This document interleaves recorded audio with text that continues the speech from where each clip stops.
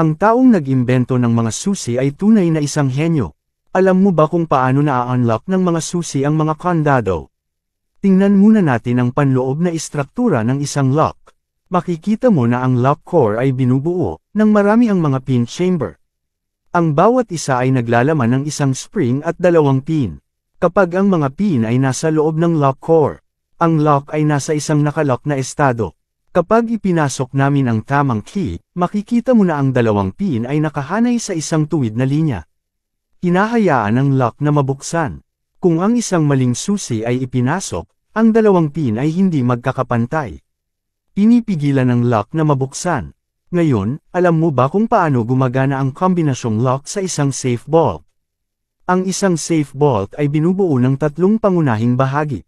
Ang dial, ang locking bolt, at ang mekanismo ng pag-unlock.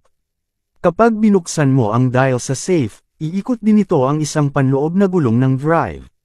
Pagkatapos ng ilang pag-ikot ng drive wheel, pinapasok nito ang una at pangalawang gulong sa loob. Ipinapaliwanag nito kung bakit kapag pumipihit ng ligtas na dial, kailangan mong i-rotate ito ng counterclockwise ng ilang beses.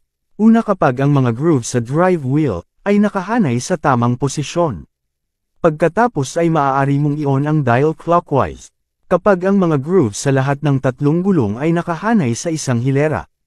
Tinatanggal nito ang mekanismo ng pag-unlock. Pinapayagan kang buksan ang safe vault.